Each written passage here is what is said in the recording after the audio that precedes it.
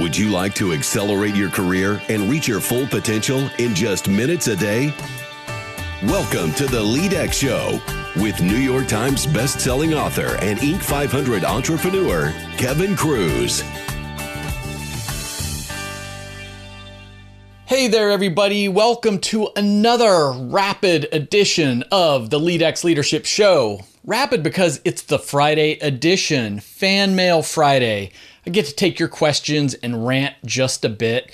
And this week, I'm going to answer questions about scheduling M.I.T. time, most important task time, and how do you manage employee burnout? But I got this great email from Kim Hammett. She says, great podcast. It's so unbelievably relevant to what I do and so perfectly timed. I'm able to listen to it during my 35-minute commute to work and immediately put it into practice when I sit down in the office. Kim, thank you for that. I know you left an awesome review as well on iTunes. Because I read your review on the air and because you're so awesome, I want to send you a LEADx t-shirt. So send us an email, info@leadx.org, and say, yo, I'm Kim, send me my darn t-shirt. And then Jackie will send you a t-shirt in the mail. I just looked at leadx.org, and our free course of the day is on effective coaching. And this one's taught by me, none other than me. It even includes the classic GROW model, GROW, which stands for goals, reality, options, and the way forward, or the will forward.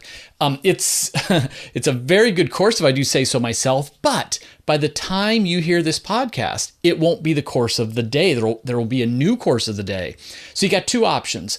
Enroll in the LEADx Academy, an incredible investment that's going to help you to stand out and get ahead. And then you'll get all of our courses, including the coaching course in there in the Academy. Or just go to leadx.org and see what the new surprising free course of the day is for whenever you're listening to this podcast. There'll be something there for you. So much good stuff going on just in the last week. Crazy, busy, as usual, as I like it.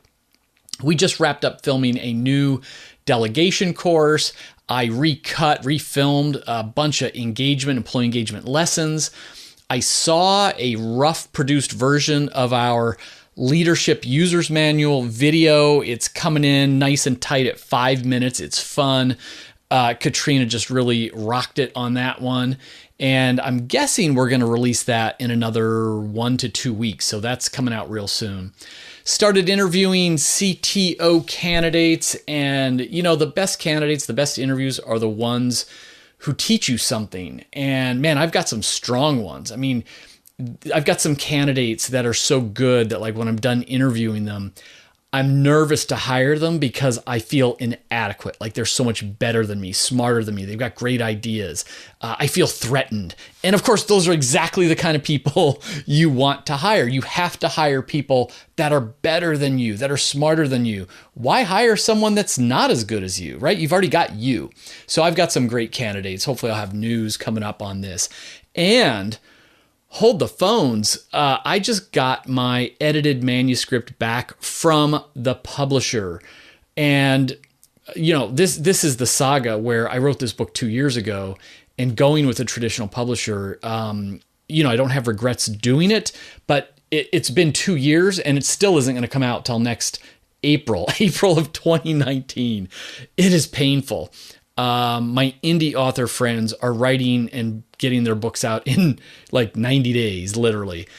But the good news is the edits are light. I should turn the manuscript back around in the next week, and then we're off to the races. So that it's been an amazing week. Okay, let's jump to questions. The productivity question of the week comes from Robert. He says, just finished your book. I obtained it on Audible and loved it.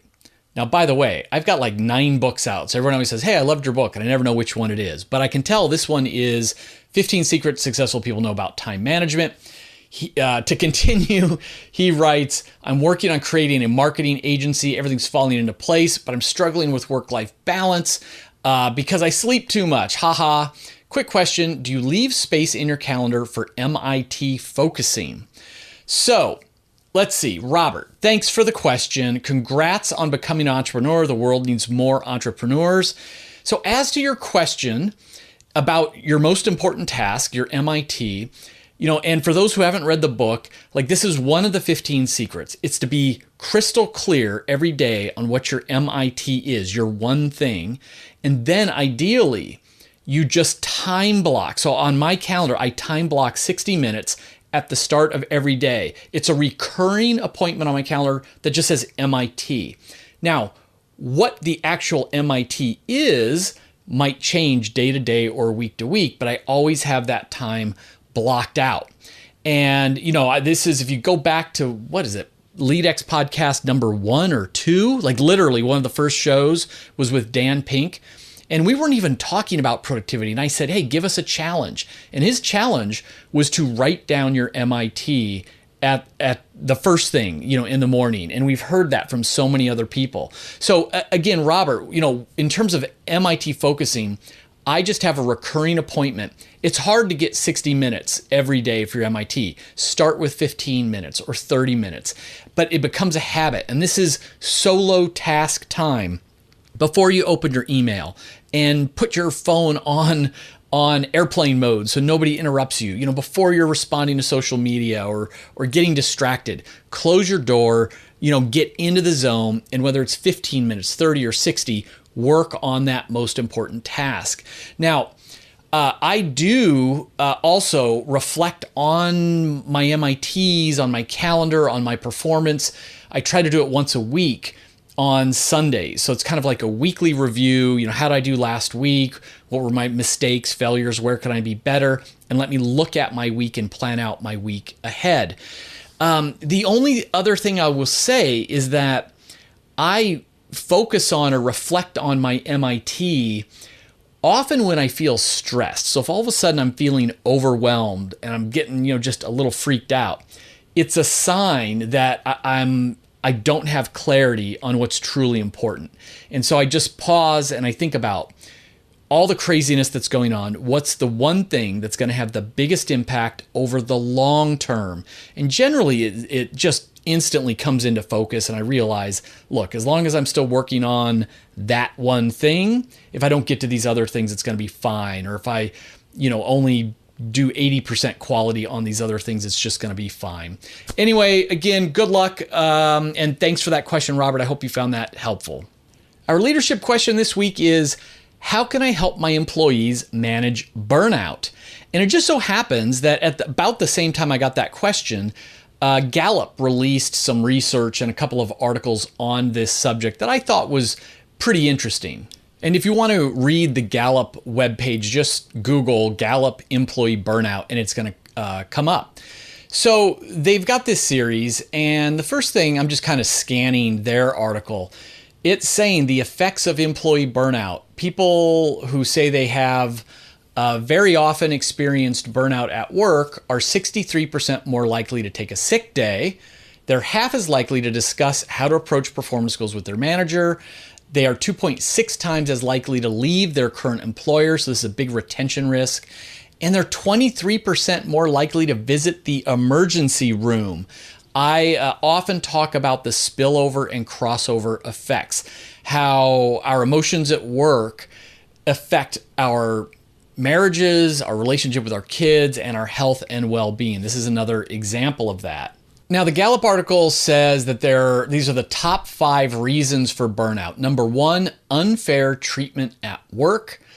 Number 2, unmanageable workload. 3, lack of role clarity. 4, lack of communication and support from their manager. And 5, unreasonable time pressure. Now, I'm a big fan of Gallup work, and I know a lot of people are not, or for whatever reasons. But this, I wish I could see the raw data, because some of this just seems kind of funny to me. Like, to me, number 5, unreasonable time pressure, is kind of the same as unmanageable workload. To me, if you have an unmanageable workload, it means there's too much to do in not enough time. So to me, that's sort of the same thing. You could do less or stretch out the time. But anyway, and I would think that is number 1. I would think burnout is when you just have too much to do in too little time and don't feel like you have a way out. So you keep trying to do it more and more and more and more. And of course, we can never do that. We feel overworked, overwhelmed, and eventually burnt out. But I would say, so how as managers can we help our team members to avoid this feeling? Well, it's to have these conversations around role clarity. What is their role? What are our expectations? Do they think that's too much work to do in the time allotted? And if they come back and feel that way, we need to explore that. I mean, do they have the training they need to be successful? Do they have the tools they need to be successful?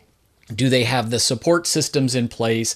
Why is it that they're feeling this way? And maybe it's legit. Maybe we investigate it and realize oh, wow, this is a lot harder than I realized. Sorry.